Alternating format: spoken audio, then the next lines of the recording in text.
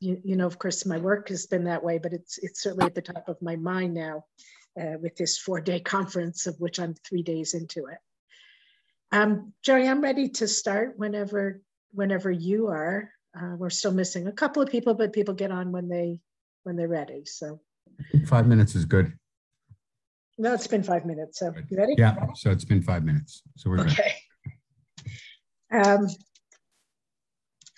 So when I spoke with Jerry and through him, members of the Adult Education Committee, I was asked to do a series of classes on Psalms, and within that, kind of a change from what I've been teaching, and within that, to work with Psalms. I said, do you want me to do Psalms that people know or Psalms that people don't know? And the feedback was, do Psalms that people know, and maybe try to do 2 Psalms in every class.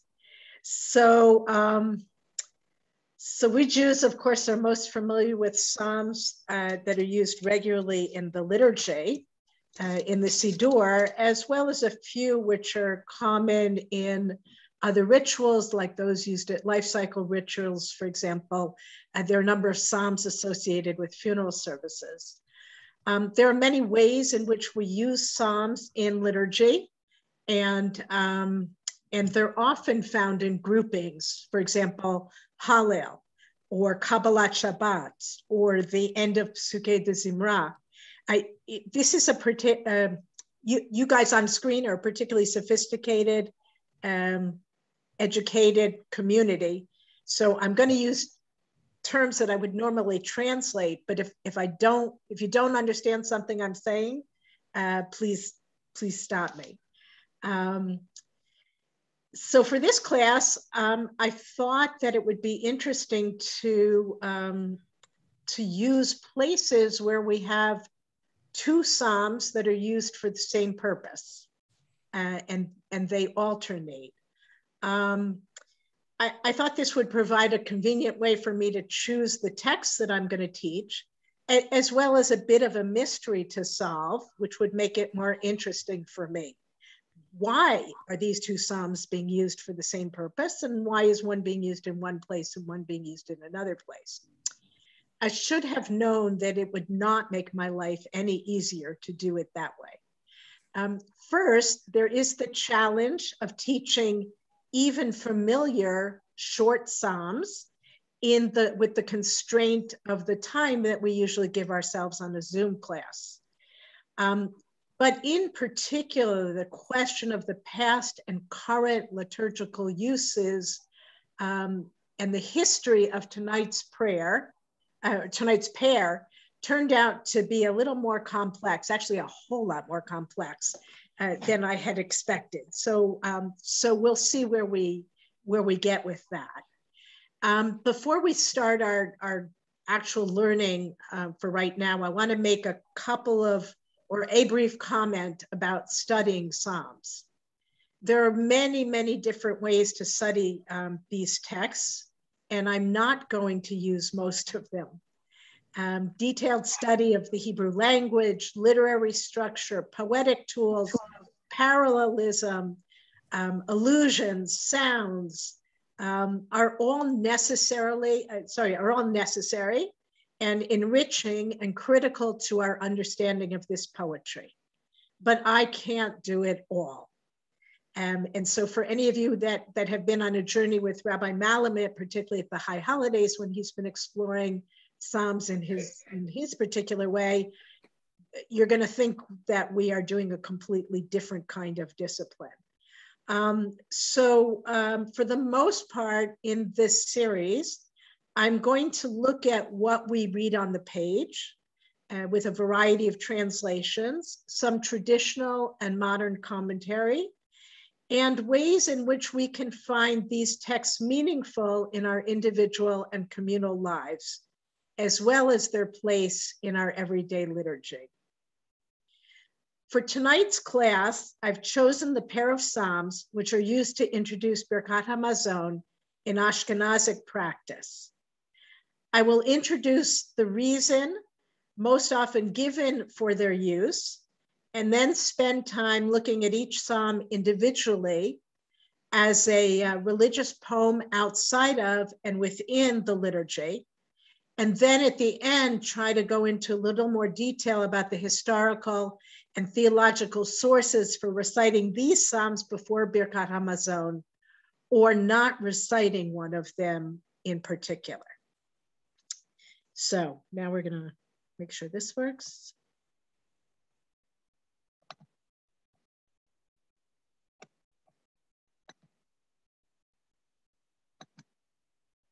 Come on, there we go. Okay, so I'm sharing text today. I did send out an email with all of the texts, and if anybody didn't get that, I'm happy to, just let me know afterwards. So you can either use them on what I sent you or what I'm showing up. So this should actually look familiar to many of you, because in many benchers, you will see a page that looks like this one prior to the Zimun, to the invitation to say grace.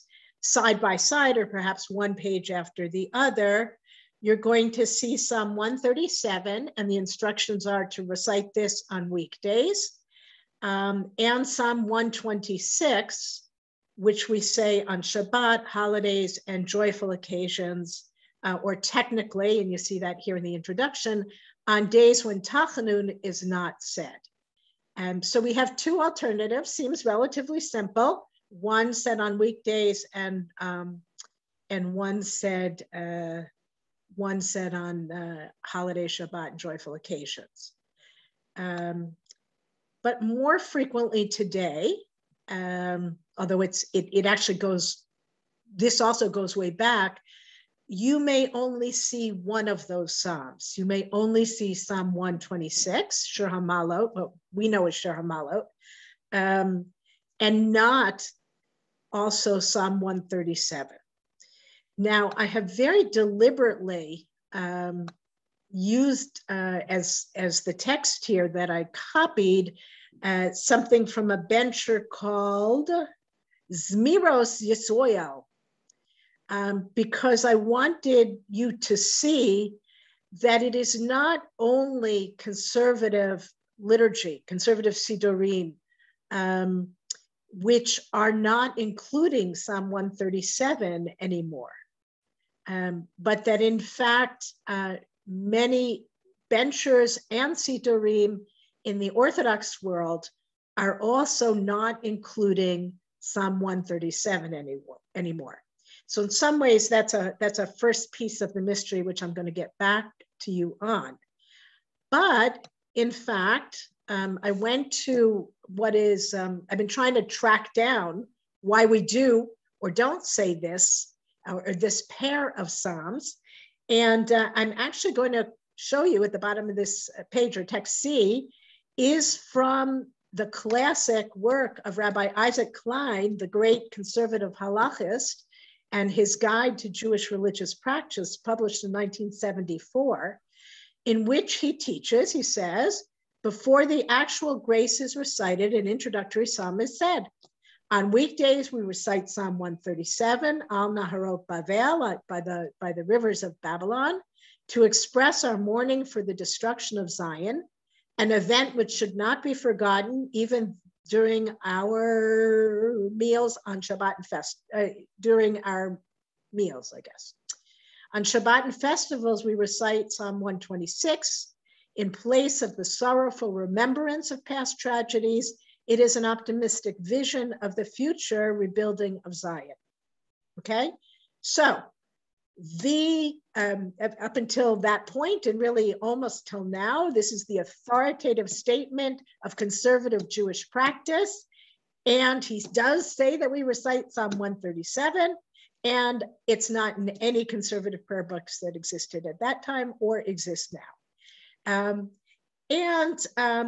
And Rabbi Klein is giving what is basically the explanation for the two that you will find almost anywhere you look, which is we're supposed to remember something, during the week, we remember our mourning for the destruction of Zion. This is something we're supposed to remember all the time. And on Shabbat and festivals, we do remember it, but instead of remembering it with sorrow, we acknowledge it while looking forward to the future. Okay? For the moment, that is as far as I'm going to go on the history. Well, actually, I'm going to say one more thing or two more things. Okay? But then it's as far as I'm going to go. Reciting these Psalms is actually a new liturgical addition. And as you know, since it only dates back to the 16th century, it is a new liturgical addition in our prayers. And that's really the piece that we're going to come back to later. But I also want to note that in general, Sephardim and Edot HaMizrach do not recite these Psalms. If they do anything at all, it is Psalm 23. So we're really talking about a new practice in the Ashkenazic communities. Okay, so do I want to share yet? Sure, in a minute. We're going to start with Psalm 137, and I have the feeling we're going to spend more time on that tonight. Parts of this psalm, I am assuming that you know very well, and parts of it you may not know well. You may have seen them and been so shocked that you simply blanked out on it. It's a psalm which does not play a prominent role in conservative liturgy. And given that it is, according to Rabbi Klein, something which we're supposed to be saying, it might be surprising that it doesn't appear in conservative Sidurim at all, in any contemporary conservative Sidurim, both here and as far as I can tell in Israel. But that is true that there's about 90 other Psalms that also don't appear in our Sidurim. But its absence in some ways might or might not be kind of striking. I did give you, for those who either before or after this are going to look at the handout that I gave you, which is basically the same thing that I'm going to be zooming. I gave you numerous translations for each of the Psalms. Not necessarily the most authoritative translations, like some people would have used Robert Alter or other kinds of Psalms. I used a variety of translations that I had easy access to, and I think it will make our point. Obviously, one way of studying Psalms would be to pay more attention to the translations, and that will be critical in when we study Psalm 126. But for the moment, I think we're going to basically start with one particular English translation, just because it's the one on the same page. I'm not going to take the time to read the Hebrew now, although it would be important, and there may be places where we're going to come back to the Hebrew. But I have so much that I want to share with you that I'm going to go right to the English. This is an English translation, I believe, by Rabbi Simcha Weintraub. So here we go. By the waters of Babylon, there we sat and we wept as we remembered Zion. Upon the willows on its banks, we hung up our harps, for there our captors demanded of us words of song. Our tormentors asked of us with joy, sing a song from the songs of Zion. But how shall we sing the song of Adonai on alien soil? If I ever forget you, Jerusalem, may my right hand forget its cunning. May my tongue cleave to the roof of my mouth if I remember you not, if I do not set Jerusalem above my highest joy. Remind the sons of Edom, Adonai, about the day of Jerusalem. Remind those who said, raise it to its very foundation. Daughter of Babylon, it is you who are the annihilated one. Happy is the one who will repay you for all that you have done to us. Happy is the one who will grab your little ones, dashing them against the rocks. Okay, I have a translation from the new JPS. I have a translation from Martin Cohn, who's one of my favorite one-volume Psalms. I have a translation from a very traditional, kind of inspirational Hasidic thing, which Ellie got for her bat mitzvah. She left it here for some reason. But it's useful in some ways, right? May he who will grab your suckling child and smash it onto the rock be successful. Useful language, okay? So I'm gonna stop sharing. So I hope if we need to, I will, I'll open it up again. But I wanna be able to see if anybody has any thoughts or comments. We're focusing on the use of the full psalm in Birkat HaMazon, but where else do you know of the use of either this whole psalm or parts of the psalm? You certainly know, right? Im eshkachech Yerushalayim, right? So yeah. So where do you associate this psalm with? Anybody? Tisha B'Av. Okay, so Tisha B'Av in a particular setting, Fran, or just it seems like it should be there? I just remember singing it when I was at Camp Masad. And tell me what you sang. Al Naharot Bavel. Yep. So it isn't officially in liturgy for Tisha B'Av, but definitely it is found as part of most observances in many places on Tisha B'Av. Very much that particular song, that particular melody, probably Im eshkachech is also used. So obviously this is Tisha B'Av. This is Tisha B'Av, or this is the day after Tisha B'Av, right? We'll come back to when it is. When else do you associate this, any part of this psalm with that? Sharon? It's extremely popularized in popular music. Metisyahu has done Jerusalem, if I forget you. And also even in reggae, Bob Marley has a song by the rivers of Babylon. So it's been taken out of just the religious context and put into other cultural contexts as well that are, and frankly, I think of those right away. Right, and you can probably even, you're going to hear me periodically. I'm going to translate. How can we sing the Lord's song? And Yeah. I want to come back to that issue of the music and the use in a moment. Gittel? Yeah. So when you take it out of context too, when I was a kid and Israel became a state and I was in a Zionist camp, we used to pledge to the Israel flag after to the American flag, Im eshkachech Yerushalayim tishkach yemini. And so it was taken on by Zionists as a pledge. I don't think it stayed on as a pledge to the flag in Israel, but we did it as, in 1948. That is fascinating. And I want to keep that in mind also as we look at 126. Everybody's missing a really what I think of as a big thing. Joanne? Part of the wedding, Eshkachech is pulled into the wedding ceremony. Right. So if I forget you, right, as part of the wedding ceremony, where in the wedding ceremony? Breaking the glass.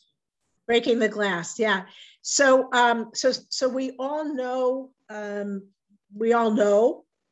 again, sometimes we all know what isn't true, but we all know that when we break the glass at the wedding, we say this is to remember Jerusalem, and that we're fulfilling an obligation that which goes back to the Talmud and is not actually related to this particular psalm directly, But the idea that we should have been in complete mourning all the time since the destruction of the temple. We shouldn't drink wine. We shouldn't eat meat. We shouldn't. But then they said, well, because they offered meat, they offered wine. Well, then one of the rabbis in the Talmud says to the people who were mourning, but then you can't drink water either, right? Because they offered water libations in the temple, right? So it becomes a way, how do we balance our lives in this eternal mourning when we have to go on and we live? And the wedding becomes a particular moment, the kind of the classic moment, since the wedding is the classic joy, and it is remembered specifically in the Talmudic text. We do something to reduce our joy a little bit. And it has become the custom to allude to this statement, Im eshkachech Yerushalayim. And now most often, if you're at a wedding and there's a chazan or there's a friend who sings or whatever, at this moment before they break the glass, somebody will sing Im eshkachech Yerushalayim, right? Or the whole congregation will. It's not part of the liturgy. It's not. I went to check the Orthodox Rabbi's manual as well as our own. It's not part of the liturgy, but don't tell anybody that. So that's those are certainly significant places where that psalm is part of our life, or verses of that psalm are part of our life. By the way, another custom is that the bridegroom puts ashes on his forehead, and we don't see that too much, but I did go to a cousin's wedding where they did that, and also before he went down the aisle, and they might recite that, and it's also connected to if I don't put Jerusalem, arosh simchati, right, at the forehead, at the front of my joy. So it plays itself out in a number of places. One other place that it is found is in a series of psalms for healing called Tikkun Klali by Rabbi Nachman, associated with Rabbi Nachman of Bratslav, and it's explicated in this beautiful collection, Healing of Soul, Healing of Body, that's put together by Rabbi Simcha Weintraub, which is why I think the translation is his. Amy Eilberg actually wrote the essay. It's one of those. 137 is one of the 10 in this cycle. Amy Eilberg wrote the explication of it, in which illness becomes the enemy and the suffering. It's a very beautiful essay. Okay, so now I want to get back to the question of music, because it is very ironic that a psalm whose premise is we cannot sing becomes the subject of so much music, Jewish music, but also Christian secular music. And I'm trying to find, some of you are more musical than I am, because the melody that Fran sang, Al Naharot Bavel, don't know if it is the same melody as one going back to, I think, 1780 by Philip Hayes, a Christian writer, a melody that was brought back by the Weavers, by Don McLean. By the waters of Babylon, right? I don't know if it's the same or not. Help, Michael, anybody? Or if Al Naharot Bavel is different. In my head, I'm trying to hear two people singing them at once, and I may have actually heard a setting with the English and the Hebrew together. Solomoni Rossi has a setting of it. I can't bring the melody to mind off the top of my head. It was also put to music, only part of it though, by at least two Renaissance composers, Christians, and they stop at verse 4. They stop right before Meshkachech Yerushalayim. They just right. We're going to see a number of different places where people stop the psalm, and certainly musically, it's not uncommon musically to only do part of a setting. One of the most interesting pieces, which I just heard recently, is by Will Butler, who might be part of Vampire Weekend or something like that. I don't really know his work, but Google this. He wrote it in 2015. after reading about the destruction of the museum in Mosul, in Iraq, actually. And if you listen to that, it's a setting of the full psalm. To me, emotionally, it really is perhaps the most accurate. The other ones are really pretty. This is not pretty. This is what I think the Levites would have sounded like if they were singing. So you might want to look for that. Stephanie, who was that again? A person named Will Butler. And it was written in 2015. So you might want to, it's really hard to listen to. It's really painful, actually. But anyway, it's just that great irony that the words of the psalm are how can I sing? And yet it calls out so much Jewish music and other music. Okay, so we'll get back to the kind of a quick assessment. I told you this is like an impossible task, and I could have done once I started looking, I could have done the whole hour on this. I could do the whole hour on 126, and I could do the whole hour of the question of what it's doing in Birkat HaMazon. But here we go.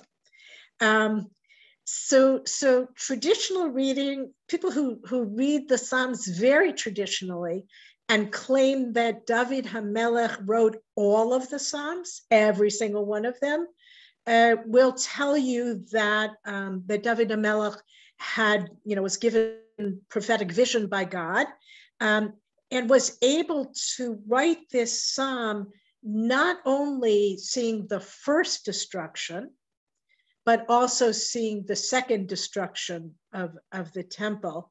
And the reason they say that is because the psalm refers to both Bavel and Edom. I'm going to refer to Edom in two different ways, but Edom is one of the names that the rabbis use for Rome. And so they can kind of justify this. Of course, this is all done before his son Solomon has even built the temple, but we're not going to worry about that. Most of the traditional as well as modern scholars hold that this psalm was written after the destruction of the first temple. That seems kind of obvious. But exactly when was it written? Possibly, maybe a first reading is that it was written immediately after they arrived in Bavel. When they first set down after this forced march that we can imagine them taking into exile. And the Midrash describes that the captors would not let them sit down. They wouldn't let them weep. And so it wasn't until they arrived at the waters, at the rivers of Babylon, at the edge of Babylonia, where Jeremiah actually left them, according to these Midrashim, leaving them to weep even further. So it is at that moment that they sat down and they wept. Of course, very early, at the beginning of some kind of trauma, we often can't even weep, let alone have words with which to describe what we're experiencing. So it's only in that moment when they have kind of arrived, sat down by the rivers, that they're able to write this psalm, write these words. It's also possible that we could read Yashavnu slightly differently, right? The word Yoshev can be to sit, and it can also be to dwell. So it's possible that the psalm was written a little bit later when they had settled a little bit in Bavel. They were a little more stable, and what that does is make the exile more real, right? It no longer is a dream. We'll come back to dreams in the next psalm, but it's no longer something happening in a fog. They realize we have sat, we have lived, we have dwelt here, and we're not at home. And so now they have the perspective to be able to write this psalm. There are also suggestions that it's written after the return from Babylonia, but to me the language is so raw that it's hard to imagine being written any time other than something at the beginning of this experience of exile. Okay, the rivers, I'm not really going to do this consecutively or in detail on every verse. I just can't. But I wanted to make some comments on the idea of the rivers of Babylonia. The rivers, the waters of Babylonia are famous, or at least what's famous, right? It was one of the 10 wonders of the world or 7 wonders of the world, were the verdant, green, hanging gardens of Babylonia. And you can imagine this as being such a shock, or even the idea of multiple rivers, right? Because the Israelites, the Levites, are coming from Israel, from Jerusalem. We do not think of Israel as being a place filled with waters, right? We'll come back to the Afikim, to the streams in the desert, when we look at the next psalm. But Israel is a dry place. Rain only comes in certain seasons. So even this beginning, Al Naharot Bavel, you get a sense of already the contrast. But they're not really tempted by these waters. These waters are alien to them, rather than being comforting or something that they desire.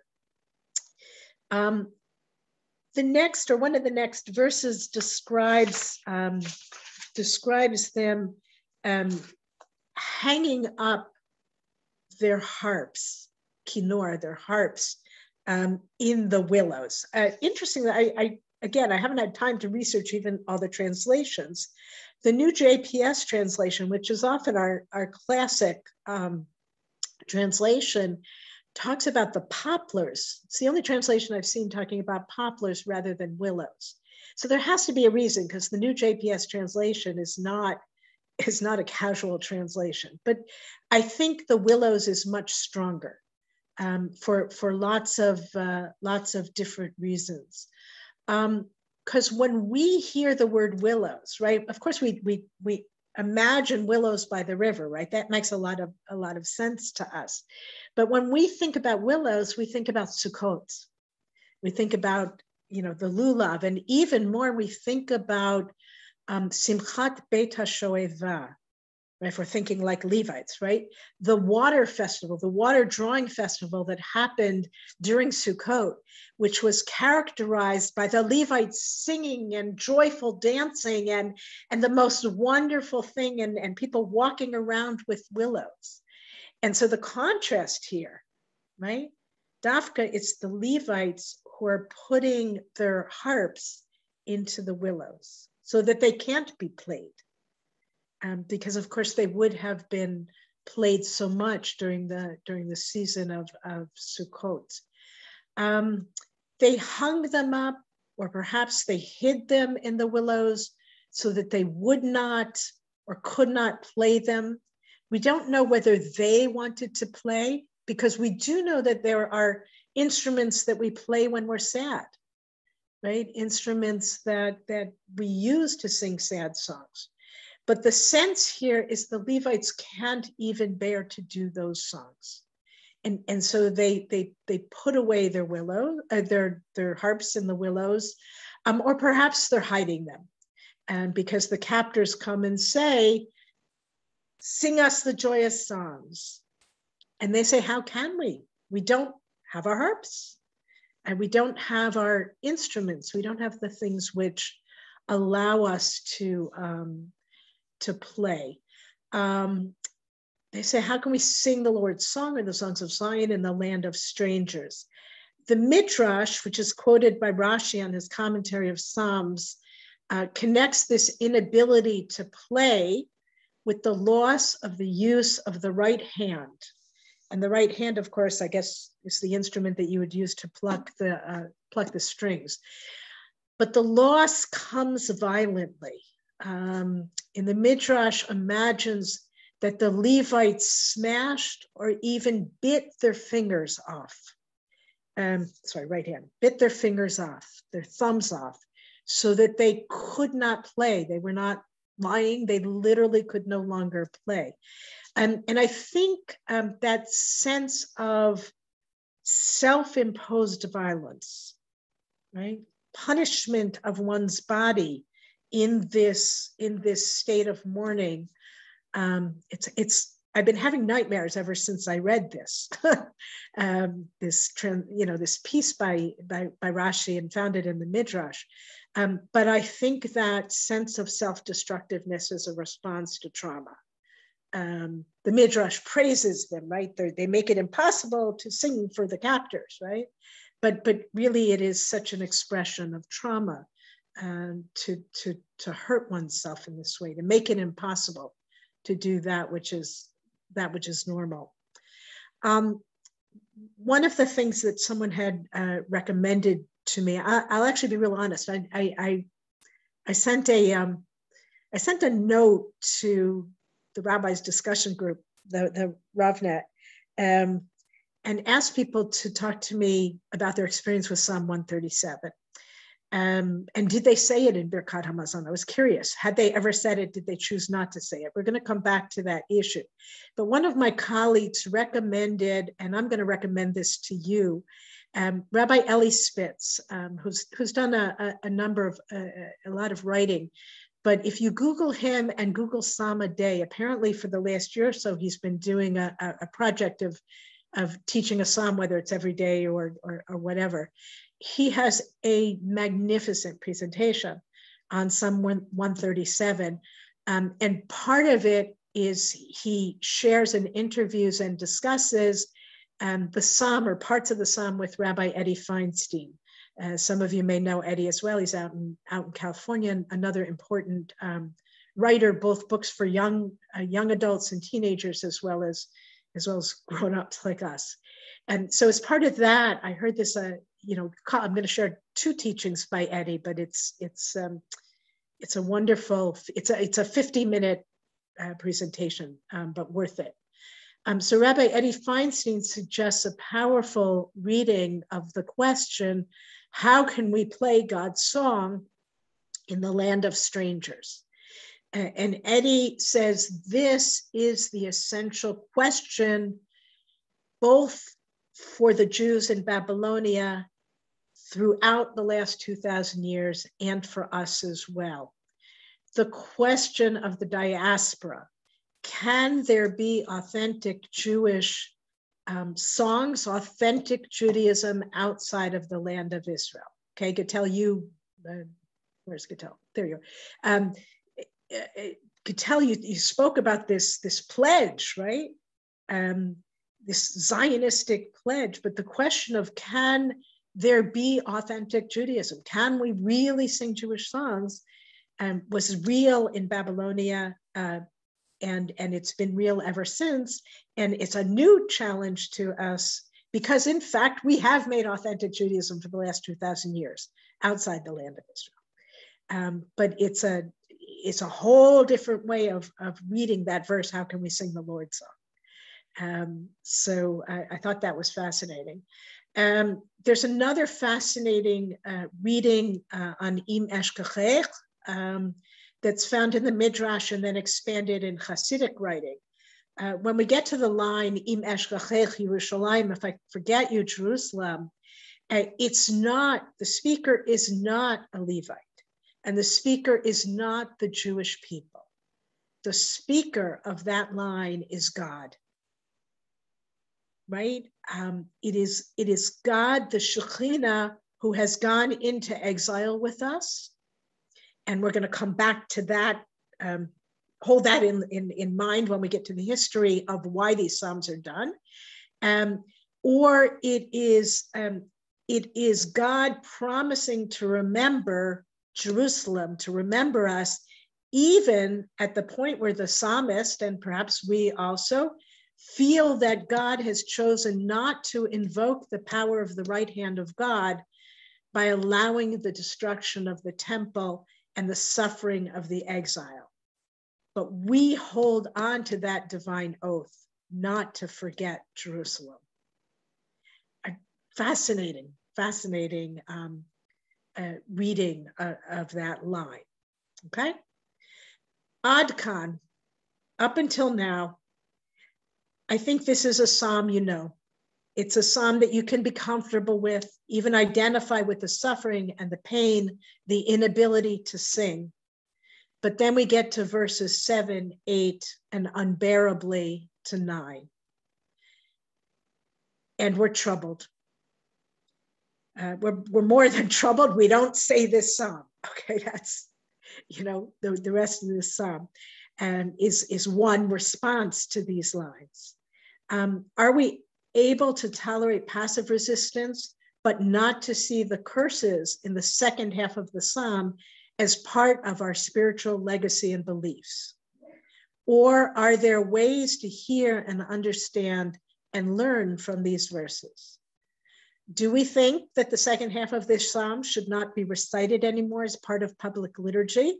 One of the things I learned ironically this morning is that was one of the decisions of the Vatican Council, I think the Second Vatican Council, not to recite the final lines of this psalm in public liturgy. And apparently that is also the case in the Anglican Church. So that's that's interesting. The literary reality is that there are many calls for vengeance in the Psalms. What is it that makes the second half of this psalm so awful? Or is it really not necessarily the whole second half, but the last line about dashing the little ones against a rock? The editor of the Psalms made a deliberate choice to include this verse. How are we supposed to read it? I think there's a lot of other challenges in the second half of this psalm, but are we allowed to pass judgment on the author of this psalm who saw the destruction of the temple, or on some of the survivors of the Holocaust? But do their children and grandchildren have the right to make the same kind of statements? Are these cries for vengeance, or are they calls for justice? What do we as individuals and as a nation do with our righteous rage? Do we hide it and let it come out only in the second half of the Seder after everyone is tired from the meal, right? Remember, that's the other place where we raise this question of what it means to call for vengeance when we open the door for Elijah. What is the strength of the root zachor, which is found a number of times in the second half of the psalm as well as in the first half of the psalm? Who is being reminded and for what purposes? The use of the word ashrei appears twice at the end of the psalm, happy, right? It's striking to have the word happy used in such a violent context, and particularly because ashrei is such a significant word in the book of Psalms. It's the opening word of the book of Psalms. So it's really interesting. Who was Edom? I said before that Edom was Rome, right? It's often identified as Rome. But Edom is also associated with Esau.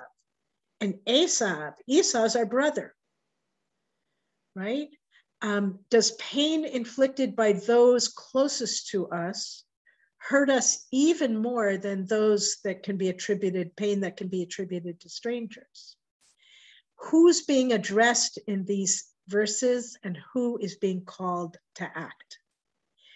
My first tendency was to try to just, maybe I'll avoid these lines or sort of refer to them without really paying attention.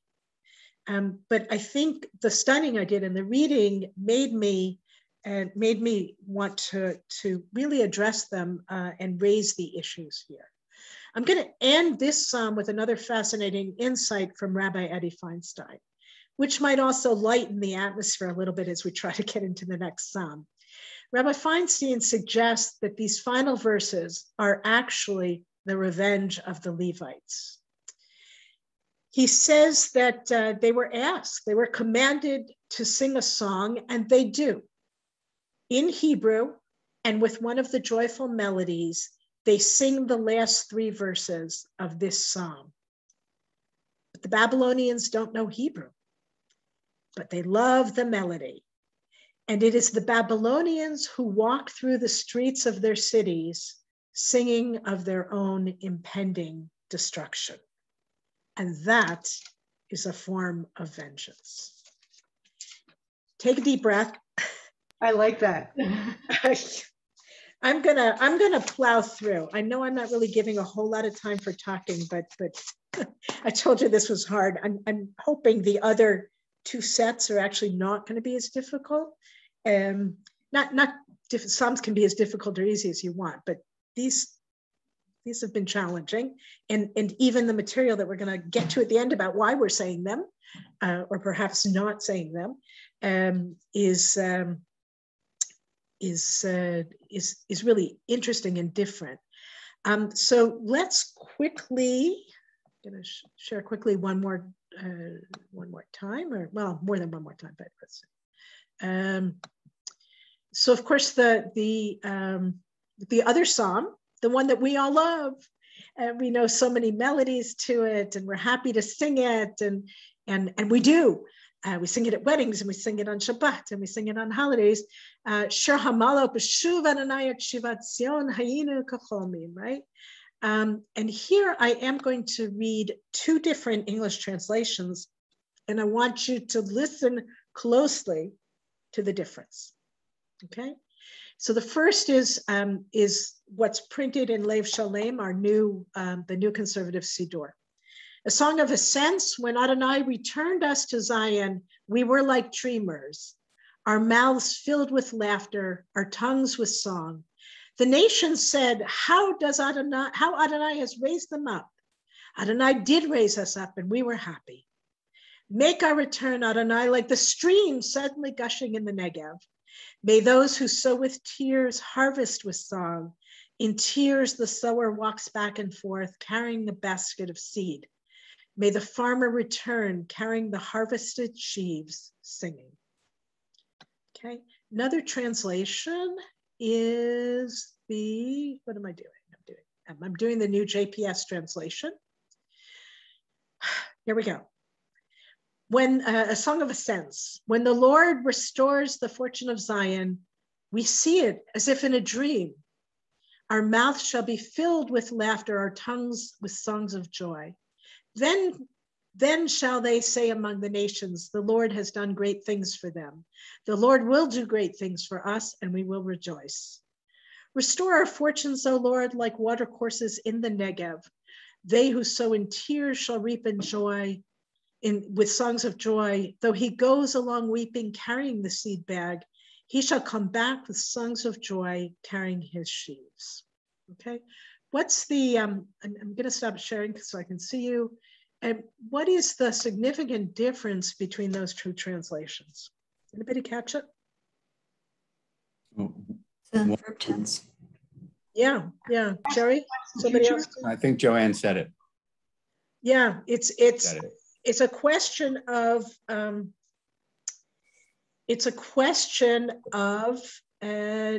time. Is this past? When we returned to Zion, here's how we felt, here's what happened, here's what we experienced, or is it when we will return, when God will return us? Hebrew grammar, and I'm not even going to let Susie get started on this, but you know, the Hebrew verbs in the Bible do sort of have a sense of past, present, future, but they really don't, and often they can be used interchangeably. This is one psalm where it matters. Is this something which has already happened, or is this something which is going to happen? And that can make a great deal of difference theologically, or perhaps not. And so when we think about the psalm and when we read it, we have to keep that in mind. Let me just see where I am. Okay. Okay. Is this something that happened, or is this in the future, and we can anticipate how we will feel? We can anticipate what it'll look like, but it hasn't happened yet. So this psalm is used to introduce Birkat HaMazon, as you know, it's what brings us here. It also appears as part of the cycle of 15 Shirei HaMa'alot psalms that are recited on Shabbat afternoon as we both seek comfort and look forward to redemption. And it was sung by the Levites.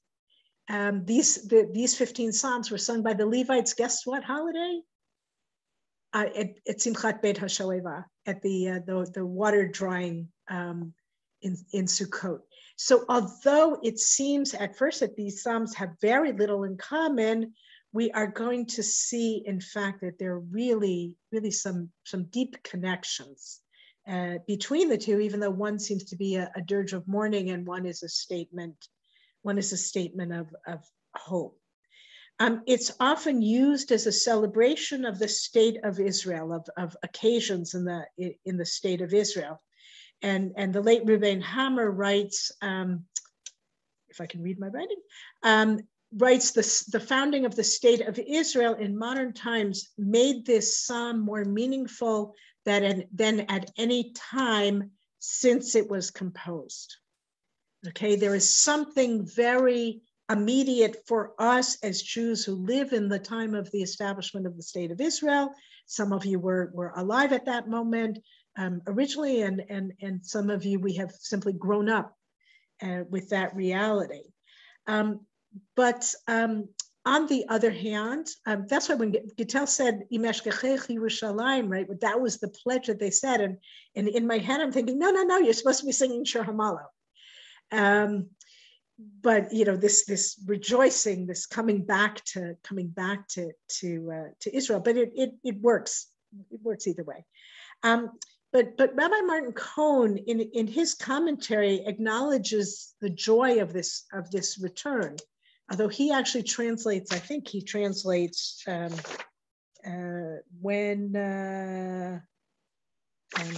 sorry.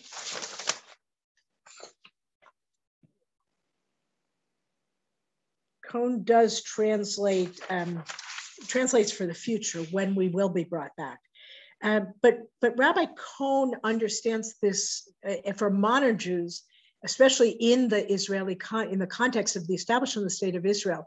He understands that this psalm really is a challenge to us if we take it as a representation or a statement of God's active hand in history.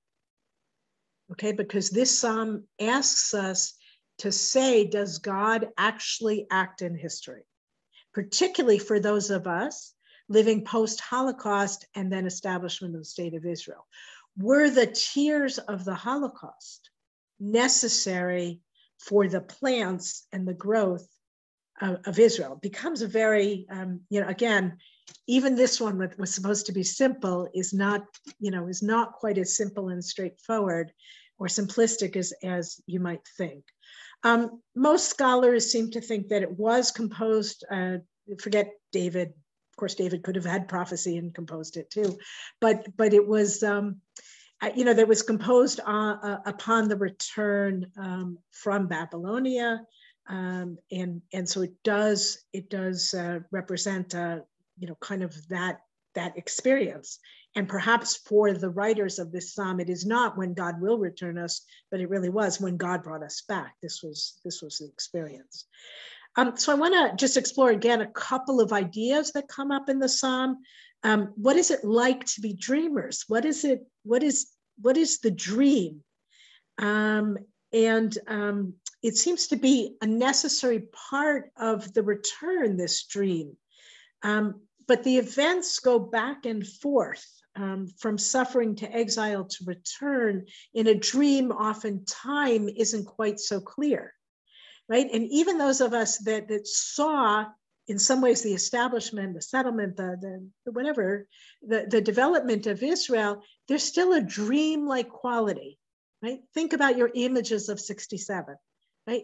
There's a dream-like quality to what happened, and we're learning that there were parts of Israeli history that we didn't see in those dreams. We're having to constantly reinterpret this dream. what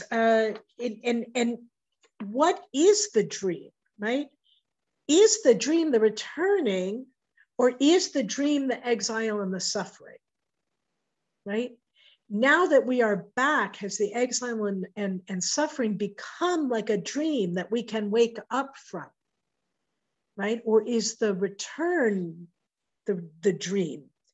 When we dream, we're hungry. Let's say in your dream you're hungry and you have something to eat. You have a wonderful feast in your dream. But when you wake up, you're still hungry. You're still thirsty. You didn't actually eat anything. But this is a different kind of dream, right? Because when we wake from this dream, or when we come from this dream, our mouths are full, right? Our mouths are full with joy. They're full with song. So it is a different kind of dream. I'm gonna have to do it this way. Okay. All right. And again, the importance of song, right? The connection between these two. Tongues, what they can do, what our mouths can do, what they can produce, what they can't produce, and the meaning of song. A couple of other things I want to point out before I get to the history of these prayers. We'll go till about 9:15. I'm watching the clock.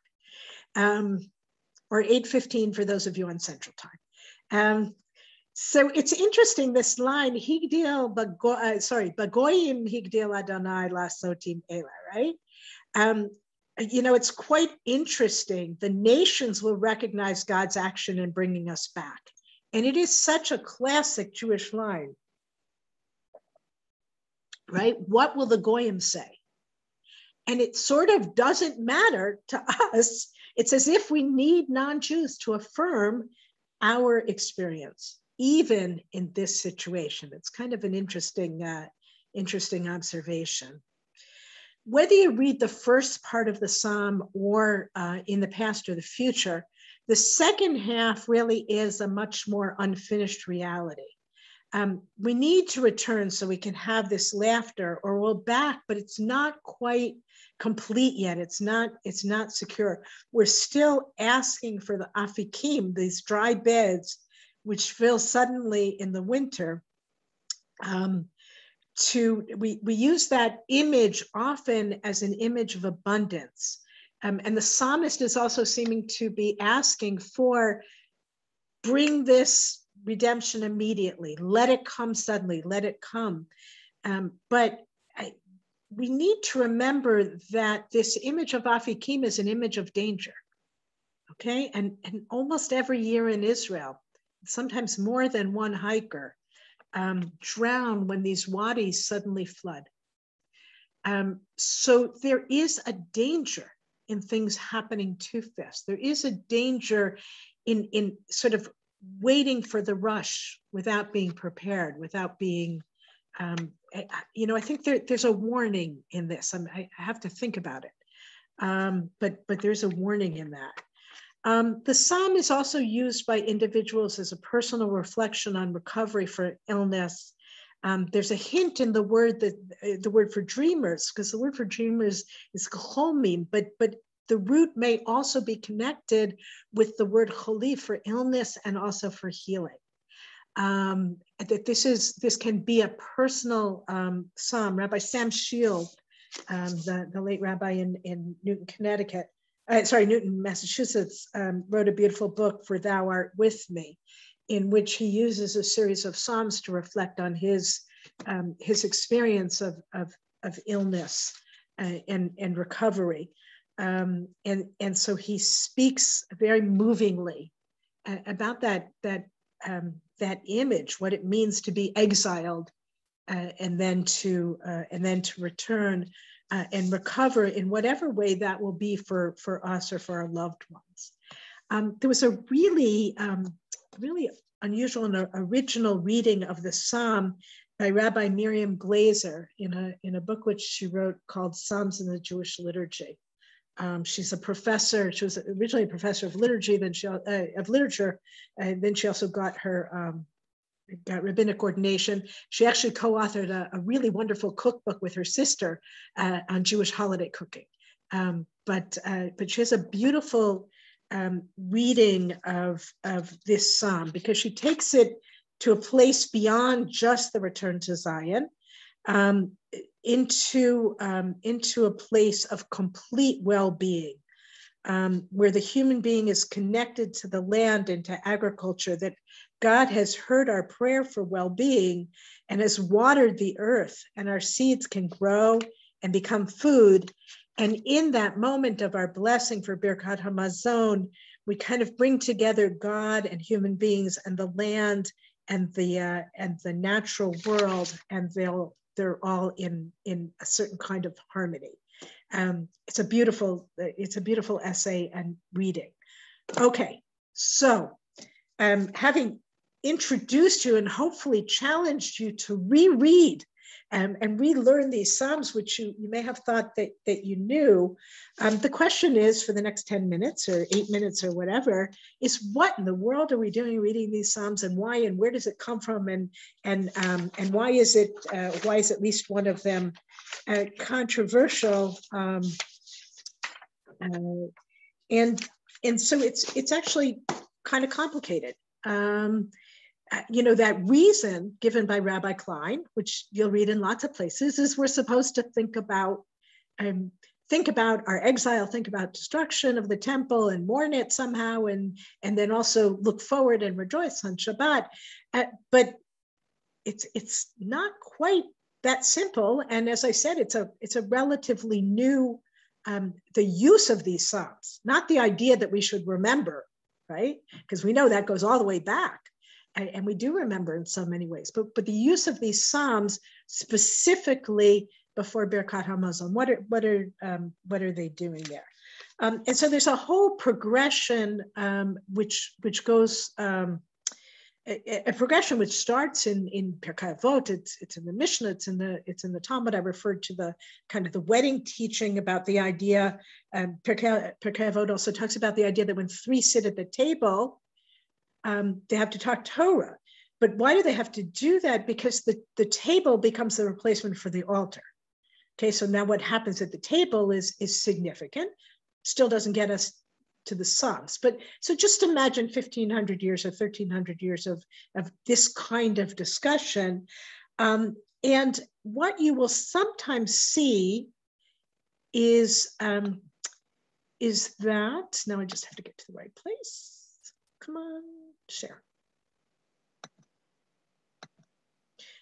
All right, what you will see sometimes quoted in giving the history of why Dafka we do these Psalms is a reference to the Zohar. Okay, the Zohar attributed to Rabbi Shimon Bar Yochai, but really probably edited by Moshe de Leon, who lived from 1250 to 1305. And you'll see this reference. Why do we say these Psalms? Well, it goes all the way back to the Zohar and Truma. Whoever is enjoying his table and enjoying these foods should be sure to mention and express concern for the holiness of the Holy Land and for the temple of the king, which was destroyed. For this sadness he expresses over his table during happy and festive meals he is having there. The Holy Blessed One considers it as if the person had rebuilt God's temple, right? Nothing there about these particular Psalms, although you'll also often see this as the proof text for why we say them.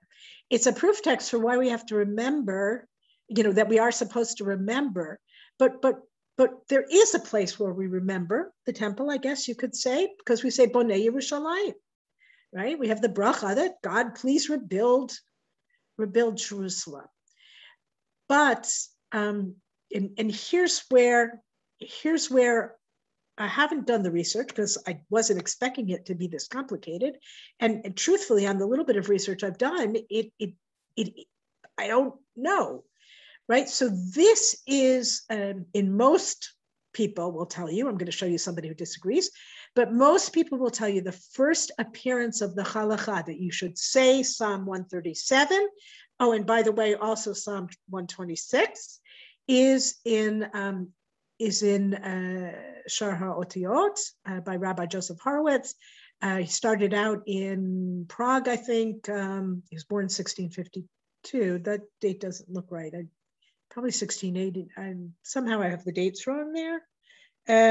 I'll fix them up. In any event, he's in that generation, and he ended up in Sfat. Okay, so this comes within the context of the mystical communities of Sfat, adding all kinds of things there. But he is describing what is already a custom, right?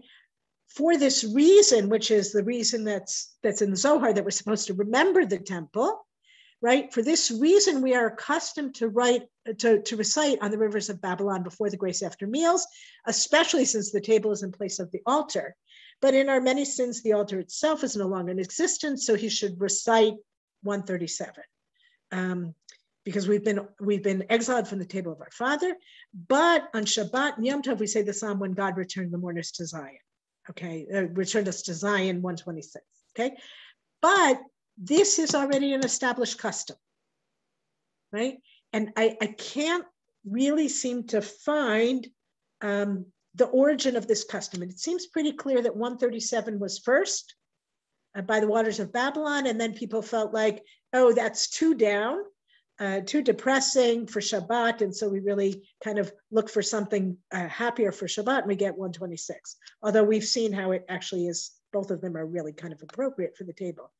So one of my colleagues, who does know, Rabbi Meyer Firestein, who really is an expert in kind of this area, sent me a note, and he said the first source to state the recitation of these Psalms is a requirement is Elijah Devidas, in 16th century Sfat also, but earlier than Rabbi Horowitz, and he gives the citing.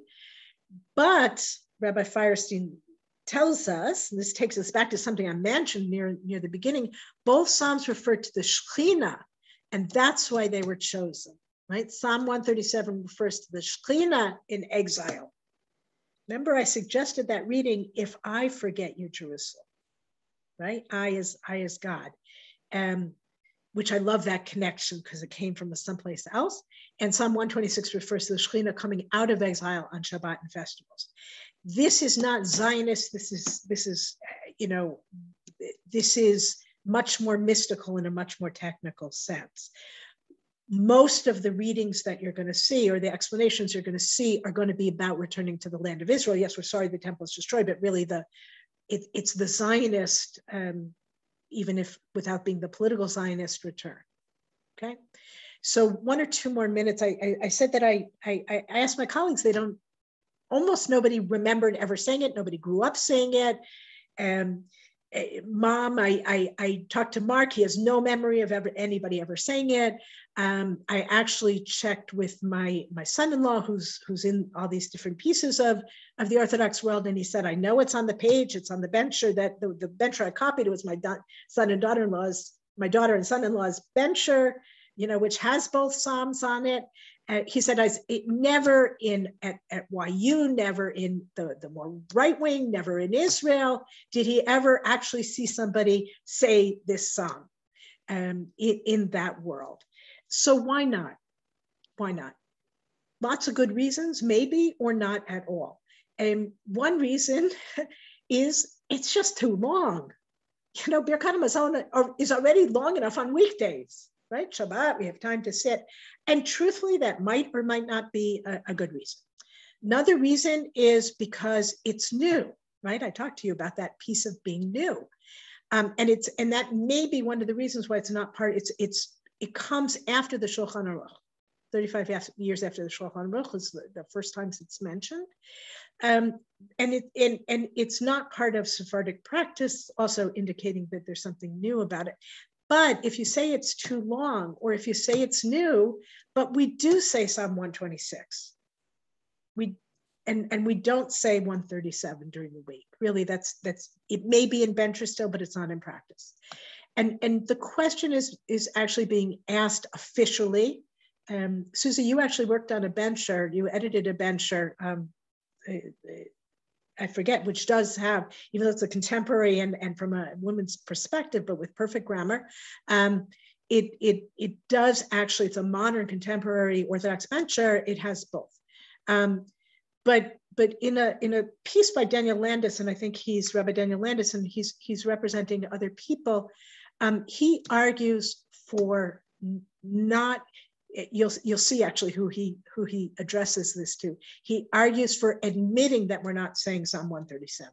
He says we should continue to study 137 for its pretensions of the nightmare scenario that we experienced and re-experienced in our long and often said history. Nevertheless, it and its concluding verse is not necessarily halachically and in fact pedagogically dangerous at this volatile stage of life for the Jewish people. It will remain for students of Tanakh to learn and for people to recite. We just need the bencher industry to drop it from its side position to Shir HaMalot on Shabbat. So there you have it. And I don't have the power, I don't have the power to address the bencher printers, although the truth is our bencher printers don't include it for the most part. And even like NCSY doesn't include it in their bencher. And his plea though to sort of officially end this custom. He calls it a custom, and as a custom, while there are different categories of customs and how you eliminate them, it's not a problem to eliminate this. We don't want to somehow Shir HaMalot 126 on Shabbat works. It works for us. But we don't want to make it part of our daily liturgy. But having had the experience, made myself study this psalm, of which I really never sat down and studied as a whole, I do agree that we should learn it, that there is what to teach from this one, as well as learning Shir HaMalot, which we take for granted that we understand. So that's the formal end. And anybody, I'm going to stay on if there's any questions, but I know we're running late. So, if you have any questions or comments, put them out there. And if you've had enough and you want to say goodnight, just wave and sign off. I studied 126 with Nechama Leibovich when I was at university.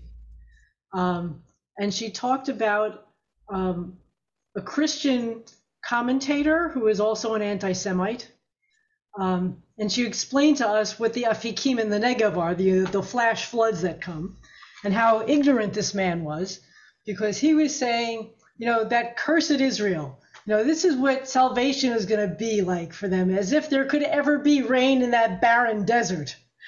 And she said, in her inimitable way, the hanes habilti efshari hazeh koreh lanu kol shana v'shana ba'aretz. This impossible miracle happens to us every single year in Israel. It's one of the main things that I remembered that she spoke about. And the thing is, when I was just thinking about it this evening, during your class, this guy must have been like, out for the count, in that there's other places in the Tanakh where the afikim are referenced. I mean, it's in Shir HaShirim, it's elsewhere in Psalms. It's mentioned in Psalm 42. There could be others. Those are just two that come to mind because I've been in touch with those texts. It's like it's commonplace in our texts, and this guy was just right. So I really didn't get a chance to address the whole question of the farmer sowing with tears and weeping with joy. And of course, Debbie Friedman wrote a beautiful setting of that verse, and it is for me one of the nigunim, one of the verses that I sing when I'm troubled, and when I'm lost, but the whole connection between sowing and tears, right? That's what Martin Cohn talked about with the sort of the historical, like, what is God's hand in this, and are tears necessary? But the usefulness of the afikim, though, as an agricultural, right? The afikim in the desert do allow things to grow, but you really can't plant dependable crops there. And part of what we need in this cycle is to be able to depend on them. So it really gets increasingly complicated. Any other comments or thoughts, Jerry? Yeah, just so the end, the farmer sowing and reaping in joy. So it reminds me almost every time I do it, recite it, sing it. One of my favorite Psalms is Psalm 30. And the end of Psalm 30, you have turned my sorrow into dancing, you've sackcloth clothed me with joy, so that my soul will sing to you and not be silent. And this sense that that things are precarious, but it's this great sense of that the future is hopeful, that the future will be positive. And I find that very nourishing, both in Psalm 30 and at the end of this psalm. Right. That's a lovely connection as well. And of course, tears linger. Anger comes for a moment, but then comfort comes. A sense of time, sort of the time of again, almost like the dreamers, right? That time is kind of fluid, or some things are shorter and some things are longer. Even if when we're in the middle of them, they feel long. Yeah. Anything else? So Stephanie, I found in one of my ventures that it does include Al Naharot Bavel, said to be sung on weekdays. Yeah, who's the publisher? So that's what I'm getting ready to read. Yeah. Israel Observer Publications, nevarich.co.il. Yeah, it's in many, and I was actually surprised more which Orthodox ventures didn't have it, and it's more and more. That's what's interesting. But if you go back, Mark went back and actually, I guess his mom's not on anymore, but we had some of the, we looked at some of the books that came from his grandfather, who came from Poland and who was a very educated Jew, and they don't even have Shir HaMalot before benching. Right? Look at some of those old 1920s not benchers, but the Sidorim don't have it. Right? It apparently it was actually a custom that wasn't followed even for Shir HaMalot in some cases. Right? And what I didn't say, because I didn't have a chance to research it, that second paragraph that we now say, or third paragraph, whatever, it says some add, and that is in many of our benchers, is actually an anti-Zionist addition that was recited by people who thought Shir HaMalot was in our modern history was too Zionist, and they wanted something that was more about God doing whatever God wants when God gets to it, rather than God has already brought us back. Which is one reason that Mark and I don't sing it anymore. Now I have to go research that history again, and I didn't want to do it because it's not a song. But even 126 is not as universally printed in Sidorim as you might have thought. Hertz, which is an English, England English Sidor, authorized Sidors, doesn't have it going back to the 1940s. Actually, it has Shir HaMalot, but it doesn't have 137. So it's not a new thing not to include 137, or politically correct thing not to include it. It has a long, interesting history of who does and who doesn't include it. So now I understand why somebody was reading somewhere that one should not sing Tehillat Hashem. And if you're Zionist. Yeah, he said, like, what's wrong? It's a nice, it's a nice sentiment. But so why should anybody be saying don't? So now if it's seen as an anti-Zionistic thing, then I have to go back. I have to really find the sources for that. It's just my recollection. So it's been a long night, and in another month or so, we're meeting, and we'll be doing the Psalms associated with returning the Torah to the Ark. And it was actually difficult to write a little piece for Jerry and decide, like, the procession to return to the Ark. I feel like we don't do that right now. So I was trying to figure out how to write that without writing it. Well, it's future oriented, Stephanie. It is future oriented, and it will be fascinating. It will be interesting, and I do have to look at the history of that. But this was much harder than I expected. So, but thank you for the opportunity to prepare it, because it was also much richer than I expected. And if I learned anything new about like how it actually got, right, how they got from Zohar, like think of something, to these particular Psalms, that's what I don't actually have. If I do, I'll let you know. So good night to everyone. And good night. It was very enlightening. Be well. Good night. Well done. Thank you. Okay. Night. Good night, Sharon. Night, Stephen. Okay, I'm ending for all.